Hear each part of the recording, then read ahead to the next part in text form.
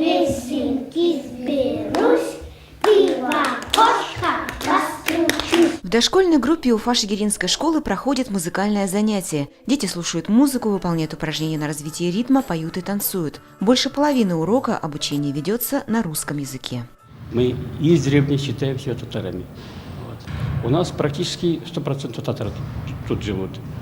А вот почему-то и песни, и танцы у нас, и сценарий тоже только на русском языке.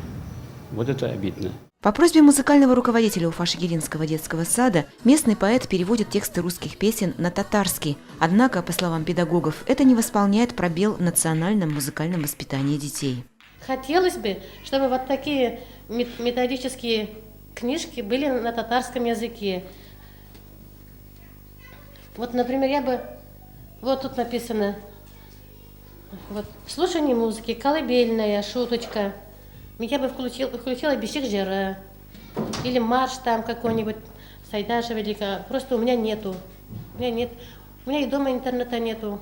Именно для детского сада, вот, например, танец разучить какой-нибудь вот, на современный лад, песню какую-нибудь с игрушками там, с чем-нибудь, именно для детей я не могу найти.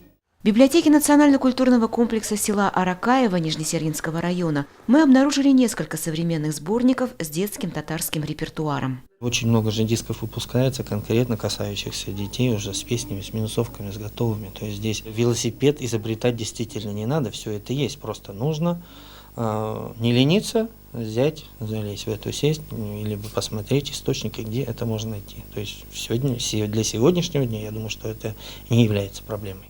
Чтобы в полной мере обеспечить татарские села Нижнесеринского района музыкальным материалом для детей, руководство национально-культурного комплекса Аракаева планирует сделать централизованный заказ в татарское книжное издательство.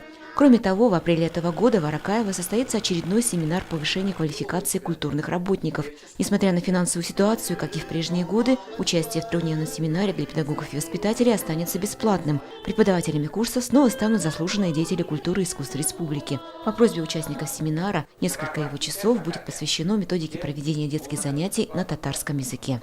Альфия Габдушева, Юлия Шлентова, ТНВ, Свердловская область.